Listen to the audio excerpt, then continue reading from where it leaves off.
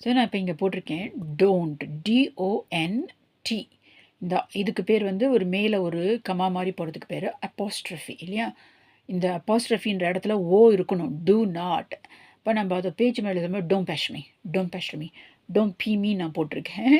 So பீன்றது இந்த இடத்துல இருக்க இந்த பேஸ்டருக்கு தான் வந்து அப்படி இதுவாக போட்டிருக்கேன், ஷார்ட்டாக போட்டிருக்கேன். டோம் பேஸ்டர்மி, பேஸ்டரிங்ன்றது வந்து ஐஎன்ஜி வார்த்தையில் சேர்க்குறது.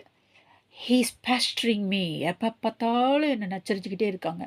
He is pestering me.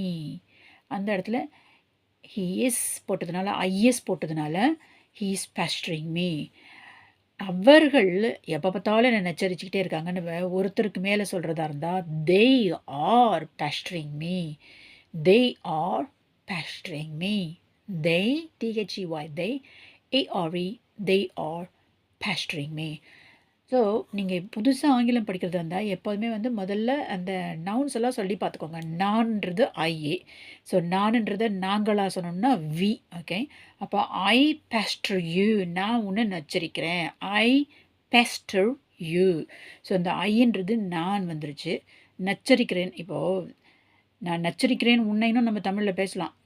நான் நச்சரிக்கிறேன் உன்னை அப்படின்னு சொல்லலாம். நான் உன்னை நச்சரிக்கிறேன்னு சொல்லலாம். பொதுவாக சொல்ல நான் உன்னை நச்சரிக்கிறேன். அப்போ நம்ம என்ன பண்ணுறோம், நான்றது ஒரு நவுனு, அதாவது பெயர்ச்சொல், என்னை பற்றி குறிக்கிறது, ப்ரோனவுன். உன்னை அப்படின்றது இன்னொரு ப்ரோனவுனு, இன்னும் எதிர்க்க இருக்கிறவங்களை குறிக்கிறது. அப்போ நம்ம ரெண்டு இந்த ப்ரோனவுனையும் பக்கத்தில் பக்கத்தில் போடுவோம். தமிழில் போடுறது இருந்தால் நான் உன்னை, பிறகு கடைசியாக வந்து வேர்பு போடுறோம் இல்லையா. கடைசியாக நான் உன்னை நச்சரிக்கிறேன். ஸோ ஆனால் தமிழில் நான் நச்சரிக்கிறேன் உன்னையும் சொல்லலாம், நான் உன்னை நச்சரிக்கிறேன்னு சொல்லலாம். ஆனால் இங்கிலீஷில் அப்படி நம்ம சொல்ல முடியாது. ஐயூ பேஸ்டர்னு சொல்ல முடியாது. ஐயூ பேஸ்டர்னா அது தவறான ஆங்கிலம். ஸோ தவறான ஆங்கிலத்தை நம்ம எப்போ சொல்லக்கூடாது. So I pester you, I pester you. So நான் உன்னை நச்சரிக்கிறேன். அப்போது நாங்கள் உன்னை நச்சரிக்கிறோம், நாங்கள். அப்போ ஐக்கு பதில் என்ன பண்ண போகிறோம், வி போட்டுற போகிறோம். We pester you, we pester you. ஆனால் நம்ம பேசும்போது ஆங்கிலத்தில் வி பேஸ்டர் யூ, பேஸ்டர் யூன்னு சொல்லுவோம். பேஸ்டர் தான் அங்கே இருக்குது. இந்த டீ இருக்குது பார்த்தீங்களா, இந்த டீ வந்து ச அப்படி வந்துடும். நான் பேஸ்டரிங் யூ, பேஸ்டரிங் யூ சொல்லுவோம்.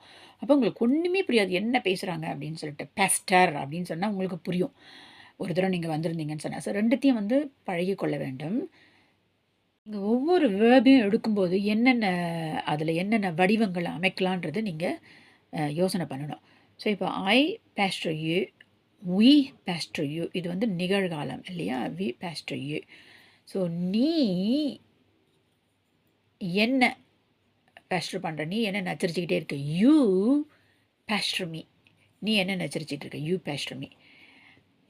மாமா பார்த்து அம்மா செம்ம நச்சரிச்சுட்டே இருக்காதீங்கம்மா அப்படின்னு சொல்லுவோம். அப்போ நீங்கள் இல்லையா, அதுக்கும் ஆங்கிலத்தில் யூ தான் சொல்லுவோம். You pastor me. ஸோ தமிழில் வந்து நீங்கள் நீ சொன்னாலும் சரி, நீங்களாக இருந்தாலும் சரி, அது ரெண்டுத்துக்கும் ஆங்கிலத்தில் யூ தான் யூஸ் பண்ண போகிறோம். ஸோ இப்போ முதல் பர்சன் ஐன்றதையும் நம்ம அதில் ஒருமை பார்த்துட்டோம், சிங்குலர் ஐ.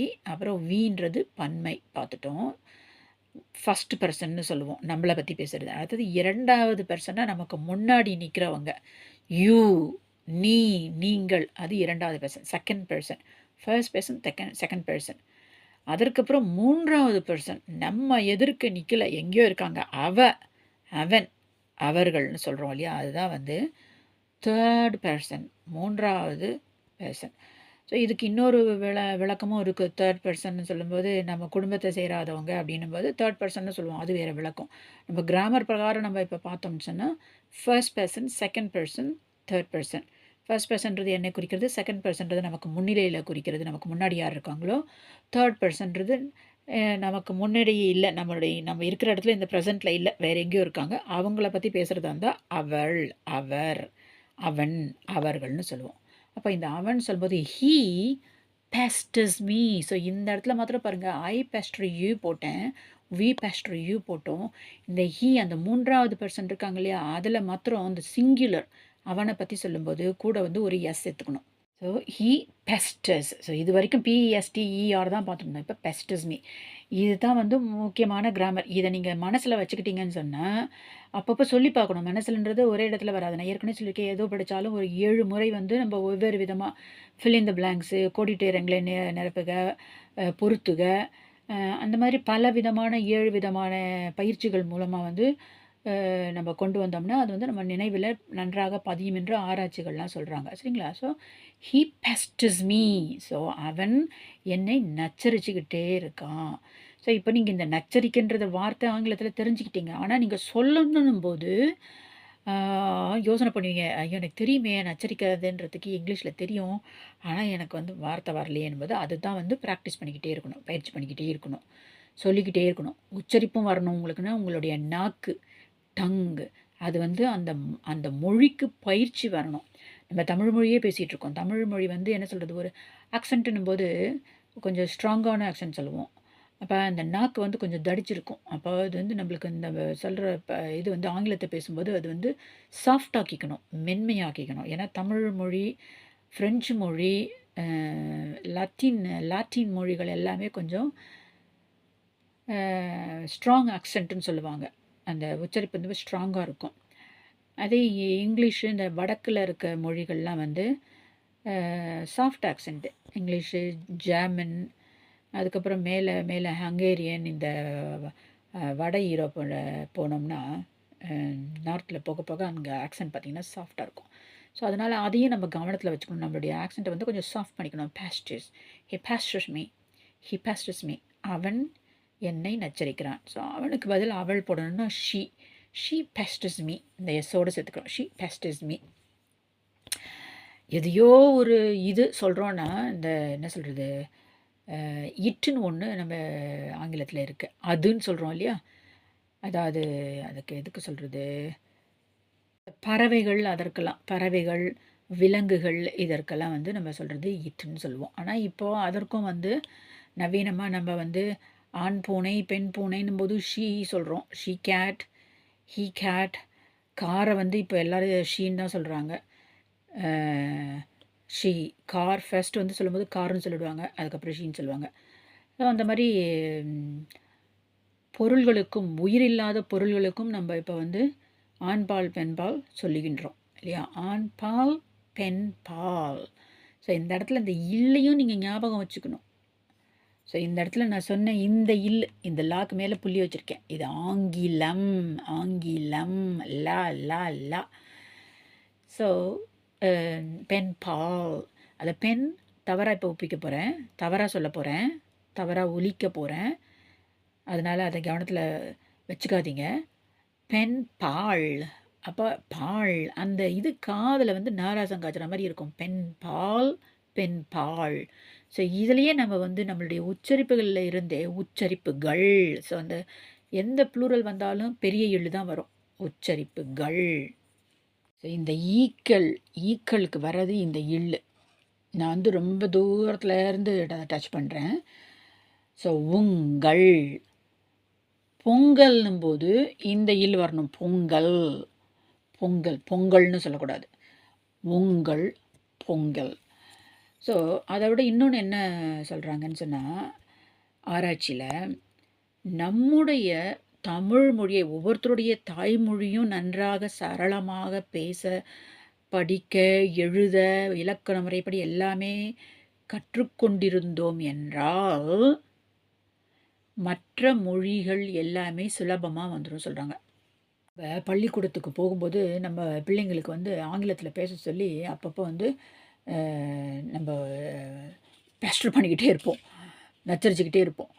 ஆனால் இந்த நாட்டில் என்ன சொல்கிறாங்கன்னா, முதலாவது உங்கள் பிள்ளைங்களுக்கு உங்கள் மொழியை நல்லா சொல்லி கொடுத்துருங்க. சொல்லி கொடுத்துட்டிங்கன்னா அந்த திறமை அவங்களுக்கு, அந்த எக்ஸ்பீரியன்ஸ் வந்துடுது, அனுபவம் வந்துடுது. அந்த முதல் மொழியோட அனுபவம் இருக்கிறதுனால அதை அவங்களுடைய இரண்டாவது மொழிக்கு அவங்களால வந்து அதை அப்ளை பண்ண முடியும், பொருத்தி அவங்களால பல மொழிகளையும் பேச முடியும். அடுத்தபடியாக 2 மொழி நீங்கள் கற்றுக்கிட்டிங்கனாலே, ஒரு மொழி தாய்மொழி இருக்குது, அடுத்த மொழியாக 2வது மொழி ஆங்கில மொழி. நமக்கு எல்லாருக்குமே ஆங்கிலம் தான், ஆங்கிலம் வந்து இன்டர்நேஷ்னல் லாங்குவேஜ்னு சொல்கிறோம் இல்லையா. ஸோ அதனால் வந்து அந்த ஆங்கில மொழியை நல்லா கற்றுக்கிட்டோம்னா 3வது மொழிகளில் மிக விரைவில் கற்றுக்கொள்ள முடியும், சுலபமாக கற்றுக்கொள்ள முடியும். ஏன்னா நமக்கு ஏற்கனவே அந்த அனுபவம் இருக்கின்றது, நம்ம மூளைக்கு அந்த அனுபவம் இருக்கிறது. எனிவே நான் இப்போ பெஸ்டர்ஸ்க்கு வரேன்.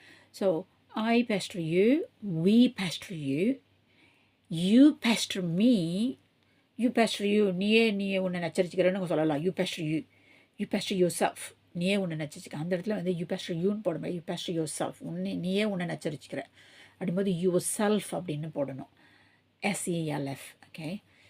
ஸோ நான் வந்து பேச ஆரம்பிச்சேன்னா நிறைய பேசிகிட்டே இருப்பேன், நிறைய பாடம் சொல்லி கொடுப்பேன். ஆனால் வந்து உங்களுக்கு அந்த நேரம் இருக்காது. இந்த வீடியோ வந்து கொஞ்சம் 12 நிமிஷத்துக்கு மேலே போனாலே வந்து வீடியோ வந்து உங்களால் பார்க்க மாட்டீங்க. அதனால் வந்து என்னுடைய நேரத்தை நான் வீணடிக்க விரும்பல. ஸோ மிக மிக விளக்கமாக சொல்லி தந்தால் தான் எல்லாமே புரியும் இல்லையா? ஸோ அதனால் நீங்கள் பார்க்குறீங்கன்னு சொன்னால் நான் நிச்சயமாக நிறைய வீடியோக்கள் நான் போடுவேன், நிறைய நேரம் நான் பேசுவேன். Okay. So pasture yourself, you pasture yourself. அடுத்தது he pastures, she pastures, it pastures. இந்த என்ன பூனை வந்து என்னை சும்மா நச்சரிச்சுட்டே இருக்க சாப்பாடு போட சொல்லி it pastures me அப்படி சொல்லலாம். ஸோ இந்த they வரும்போது அவர்கள் இந்த எஸ்ஸை வந்து எடுத்துடணும். இந்த எஸ்ஸை வந்து நம்ம போடக்கூடாது theyக்கு. ஓகே. இதுதான் ஃபார்முலா. கணக்குக்கு எப்படி 2 கூட்டினா 4 வருது, 2 பெருக்குனா 4 வருது, அந்த மாதிரி இது ஒரு formula. So they pasture, they pasture, PESTER. So அந்த எஸ் மறைஞ்சிடுச்சு, சரியா? So I pasture, we pasture, you pasture, they pasture. இந்த 4 தான் I, we, you, they. இந்த 4க்கும் எஸ் கிடையாது. he, she, இட்டுக்கு நம்ம எஸ் போடணும். அவ்வளோதான் விஷயம். இது வரைக்கும் நம்ம வந்து நிகழ்காலம் பார்த்தோம் இல்லையா? நம்ம தமிழில் நிகழ்காலம் இருக்குது. நிகழ்கால தொடர் அப்படின்னா எப்போ பார்த்தாலும் தொடர்ந்துக்கிட்டே இருக்குது. He's pestering me constantly. So இப்போ வந்து நான் என்ன பண்ணியிருக்கேன், இன்னொரு வார்த்தை சேர்த்துருக்கேன், கான்ஸ்டன்ட்லி. எப்போதும் விடாமல் தொடர்ந்துன்றதுக்கு கான்ஸ்டன்ட்லி. ஏன்? ஸோ இந்த மாதிரி ஒரு வார்த்தைகளாக நீங்கள் சேர்த்து கொண்டே போகணும். ஆங்கிலத்தில் இது தமிழில் நீங்கள் சொல்லி பாருங்கள் என்ன இருக்கும். சில பேர் சொல்லுவாங்க தமிழ் மூலமாக வந்து பேசுகிறது வந்து அதுலேருந்து நினச்சி ஆங்கிலத்தில் பேசுகிறது சரியான முறை கிடையாது அப்படின்னு சொல்லிட்டு. அப்படியெல்லாம் ஒன்றும் கிடையாது. இது தவறு, அது தவறு, இது சரி, அது தவறுன்னு இல்லை. உங்களுக்கு எது வந்து வழக்கமாக இருக்கோ, உங்களுக்கு எது சுலபமாக இருக்கோ அதை நீங்கள் துவக்கத்தில் உபயோகப்படுத்தலாம். துவக்கத்தில் ஸோ தொடர்ந்து நச்சரிச்சுக்கிட்டே இருக்காங்கன்றதுக்கு நான் என்ன சொல்லுவேன், கான்ஸ்டன்ட்லி அப்படின்ற வார்த்தையை நீங்கள் தெரிஞ்சுக்கணும். ஸோ இப்போ நிகழ்காலம் வரும்போது அந்த ஆம்ன்ற வார்த்தை ஏஎம், ஆம்ன்றது இந்த ஏஎம் தான் வந்து ஆம். இது தொடர்கால நிகழ்காலத்தில் வெறும் ஐக்கு மாத்திரம்தான் யூஸ் பண்ணுவோம். அந்த ஒரு வார்த்தை அந்த ஒரே ஒரு இதுக்கு தான். I am pestering you. இதில் I am pestering you, I'm pestering you போட்டுக்க போகிறோம். ஸோ இந்த ஒன்றுத்துக்கு தான் நிகழ் தொடர் காலத்தில் தான் வந்து இந்த ஏஎம்ன்றது வருது. So I pester, IPESTER. இந்த ஆம் வந்துச்சுன்னா எப்போது வந்து ஐஎன்ஜி போடணும். இதில் வந்து ஒரு சில நேரத்தில் போட மாட்டோம். அது வந்து இன்னொரு ஒரு கிராமர் இருக்குது. அந்த கிராமர் நான் உங்களுக்கு பிறகு சொல்கிறேன் எப்படின்னு சொல்லிட்டு. ஏன்னா இப்போயே எல்லாத்தையும் போட்டு குழப்ப வேண்டான்றதுக்காக தான். So I am pestering. இப்போது இந்த நான் இப்போ நாங்கள் உங்களை நச்சரிக்கிறோன்றதுக்கு என்ன பண்ணுவோம், இந்த ஐஎம்க்கு பதில் we are. ஸோ இது we are, we நம்ம ஏற்கனவே பார்த்துட்டோம். வீனா நாங்கள்னு சொல்லிட்டு பார்த்துட்டோம். இது தொடர் நிகழ்காலத்தில் இருந்தால் ஏஆர்இ போட போகிறோம். ஐயா இருந்தால் ஐ எம் பேஸ்ட்ரிங் யூ, நாங்கள் உங்களை நச்சரித்து கொண்டிருக்கின்றோம். We are pestering you. Children சொல்லுவாங்க, அம்மா பேஸ்ட்ரிங் பவர்னு ஒன்று சொல்லுவாங்க, பேஸ்ட்ரிங் பவர். குழந்தைங்க அப்பப்போ அவங்கக்கிட்ட அந்த பவர் இருக்குது. நச்சரிச்சுக்கிட்டே இருப்பாங்க நம்மக்கிட்ட. நச்சரித்து அது என்ன வேணுமோ அதை அம்மா எனக்கு அதை வாங்கித்தாங்க, அப்பா எனக்கு அதை வாங்கித்தாங்க, அண்ணா அதை எனக்கு வாங்கித்தாங்க அப்படின்னு சொல்லிட்டு அவங்கக்கிட்ட அந்த பேஸ்ட்ரிங் பவர், அதுக்கு இருக்கிற பவர் என்ன சொல்கிறது, அதுக்கு இருக்கிற பலம், குழந்தைகள்கிட்ட இருக்கின்ற அந்த நச்சரிப்பு பலத்தை வந்து நம்ம பாசிட்டிவ் வார்த்தையாக யூஸ் பண்ணுறோம், பேஸ்ட்ரிங் பவர் அப்படின்னு சொல்லிட்டு. ஸோ இப்போ we are pestering, I am pestering, we are pestering. அடுத்தது யாரை பேஸ்டர் பண்ணுறீங்கன்றது நீங்கள் போட்டுக்க வேண்டியது. I am pestering you, we are pestering you. So இப்போது செகண்ட் பர்சன் யூ, நீங்கள். அதுக்கு பதில் என்ன பண்ண போகிறோம், இந்த வீக்கு பதில் யூ போட போகிறோம். அவ்வளோதான் விஷயம். So you are pestering, you are pestering me, you are pestering me, you are pestering me. Okay. So so அது ப்ளூரலாக இருந்தாலும் யூ தான் போட போகிறோம். So I am pestering you, we are pestering you, you are pestering you. இப்போது முதல் person first person பார்த்துட்டோம், second person பார்த்தோம். Third person இதெல்லாம் வந்து சிங்குலர் ப்ளூரல் ஒருமை பன்மை இருக்கா மாதிரி, தமிழில் ஒருமை பன்மை இருக்கா மாதிரி, ஆங்கிலத்தில் ஒருமை பன்மை. இப்போ தேர்ட் பர்சனில் ப்ளூரலில் முதல்ல பார்த்துருவோம், அதுக்கப்புறம் சிங்குலருக்கு வருவோம். ப்ளூரல்னால் பன்மை. பன்மைக்கு என்ன சொல்லுவோம்? அவர்கள்.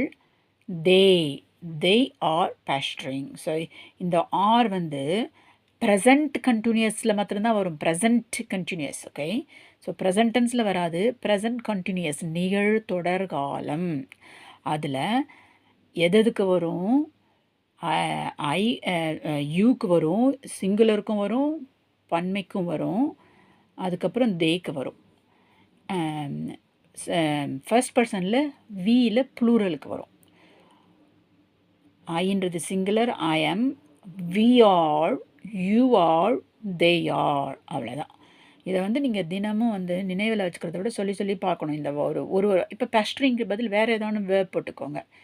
நீங்கள் உங்களுக்கு என்ன வேர்ப் வேணுமோ அந்த வேர்பை கண்டுபிடிச்சி போடுங்க. உங்களுக்கு வேறு எந்த வேர்புக்கு வேணுன்றத அந்த வேர்புக்கு தெரியலன்னு எனக்கு கமெண்ட்டில் எழுதுங்க. நான் உங்களுக்கு அந்த வேர்புக்கான ஆங்கில வார்த்தைகளை நான் சொல்கிறேன் உங்களுக்கு. ஸோ இப்போ அடுத்தபடியாக இந்த third person singular he, she, is. He, she, it, அதுக்கு இஸ் போட போகிறோம். இது கம்ப்ளீட்டாக அப்படியே மாறிடும் இது. So he is பேஸ்ட்ரிங்.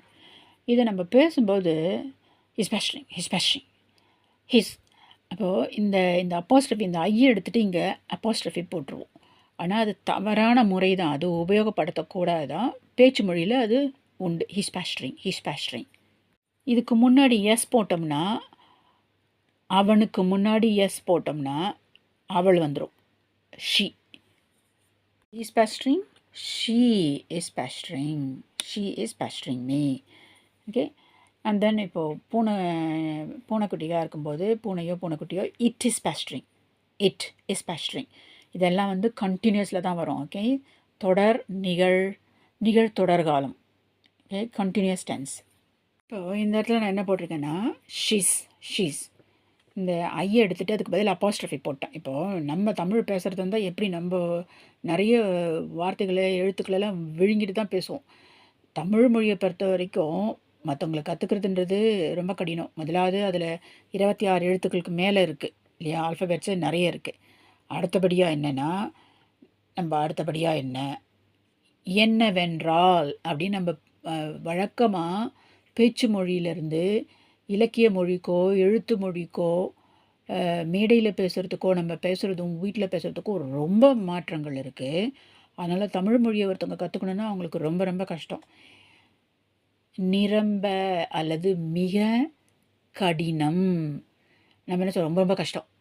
மிக கடினத்துக்கும் ரொம்ப ரொம்ப கஷ்டன்றதுக்கும் எவ்வளோ வித்தியாசம் இருக்குது பாருங்கள் இல்லையா. அந்த மாதிரி ஆங்கிலத்துலேயும் வந்து அவர்கள் மொழியை அவர்கள் பேசும்போது ஷீஸ் பேஸ்ட்ரிங் மீன் சொல்லுவாங்க. அப்போ அது உங்களுக்கு புரிந்து கொள்ள வேண்டும். ஸோ ஆங்கிலத்தில் வந்து நிறைய எஸ் சவுண்டு, தமிழில் வந்து நிறைய எஸ் சவுண்டெல்லாம் கிடையவே கிடையாது. நம்மளுக்கு நிறையவே கிடையாது. நீங்கள் பாருங்கள், இப்போ நீங்கள் பாருங்கள்னதில் எதுவுமே இல்லை, எஸ் சவுண்டே வரல. யூசி, விசி, நிறைய எஸ் சவுண்ட் வந்துக்கிட்டே இருக்கும். உச்சுன்னு சொல்லிட்டு ஆங்கிலத்தில் வந்துகிட்டே இருக்கும். ஸோ தமிழில் அந்த இதில் ஷீஸ் பேஸ்ட்ரிங், they are பேஸ்ட்ரிங்னும் போது அந்த ஆருக்கு வந்து ஏ எடுத்துகிட்டு இங்கே they are.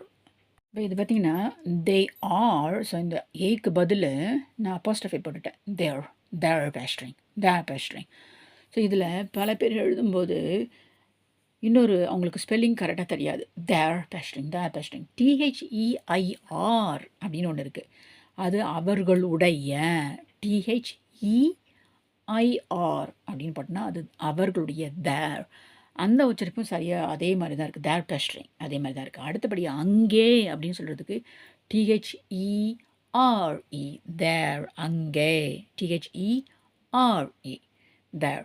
ஸோ எல்லா உச்சரிப்பும் ஒரே மாதிரியாக இருக்கிறனால பள்ளிக்கூடத்தில் மாணவர்கள் நிறைய பிழைகள் ஏற்படுறதுக்கு வாய்ப்புகள் இருக்குது. தேர் பேஸ்ட்ரிங்னா அவங்க என்ன சொல்கிறாங்கன்னு அவங்களுக்கே தெரியாது. தேர் பேஸ்ட்ரிங்.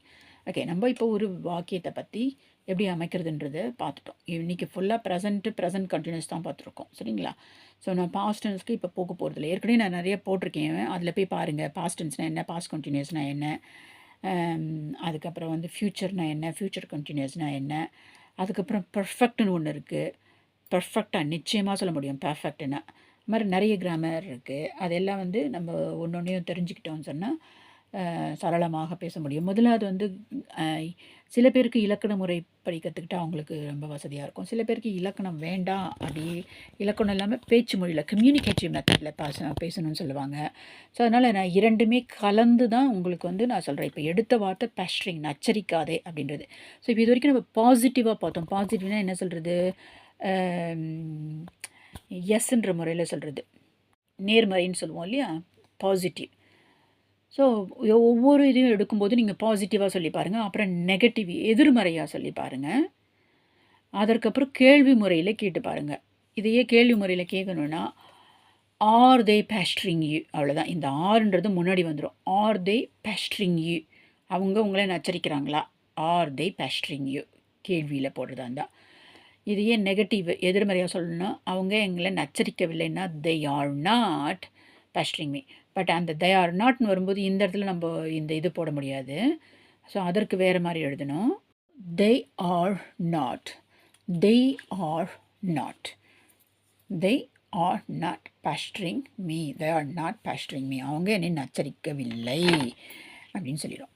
ஸோ இதற்கு அப்புறம் இதையே என்னை நச்சரிக்காத அப்படின்னு சொல்கிறதுக்கு டோன்ட் பேஸ்ட்ரி மீ ஏற்கனவே பார்த்துட்டோம் இல்லையா, to not, to not. So இது வந்து ஒரு என்ன சொல்கிறது, இம்பரேட்டிவ், ஒரு என்ன சொல்கிறது, இதுக்கு நீங்கள் ஆணையிடுறீங்க. டோன்ட் பேஸ்ட்ரி மீ, கட்டளையிடுதல். கட்டளையிடுறதையும் வந்து நீங்கள் சாஃப்டாக சொல்லலாம், அதிகார தோற சொல்லணுன்ற அவசியம் கிடையாது. Don't pester me, don't pester me.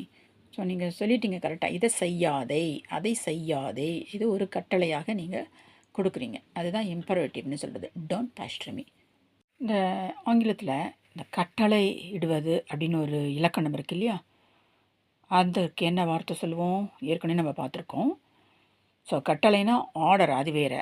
Imperative, imperative, imperative, imperative, I M P, imp, E R I, imperative, imperative. So ஆர்டர்ன்றது நம்ம ஆர்டர் பண்ணுறது, அதிகார தோரணை பண்ணுறது. ஸோ எப்போதுமே ஒரு ஆங்கிலம் கற்றுக்கொள்ளும் போது இதெல்லாம் வந்து நீங்கள் வந்து கரெக்டாக தெரிஞ்சுக்கோங்க. இம்பரேட்டிவில் தெரிஞ்சுக்கோங்க. அதுக்கப்புறம் வந்து எப்படி பாசிட்டிவாக சொல்கிறதா இருந்தால், அதாவது ஏற்கனவே பாசிட்டிவ்னா என்னன்னு சொல்லியிருக்கேன், எதிர்மறை இல்லாமல் நேர்மறை வந்து பாசிட்டிவ். ஸோ ஒரு வார்த்தையோ இல்லை ஒரு சென்டென்ஸோ ஒரு எதோ வந்து நீங்கள் உற்பத்தி செய்யும்போது இம்பரேட்டிவில் பார்த்துக்கோங்க. பாசிட்டிவில் எப்படி சொல்கிறது, அதுக்கப்புறம் நெகட்டிவ் எதிர்மறையாக எப்படி சொல்கிறது, நேர்மறையாக எப்படி சொல்கிறது, எதிர்மறையாக எப்படி சொல்கிறது, அதையே வந்து கேள்வியாக எப்படி கேட்குறது. இந்த 4 இதையும் வந்து நீங்கள் முதல்ல அது வந்து அப்ளை பண்ணி பாருங்கள். அடுத்தபடியாக எல்லா இப்போ படிச்சிருக்கிற கிராமர் வரைக்கும் நிகழ்காலத்தில் எப்படி பேசுகிறது, நிகழ்தொடரில் பேசுகிறது, இது அத்தனையும் வந்து நீங்கள் இதில் அப்ளை பண்ணி பார்த்துக்கிட்டே வாங்க.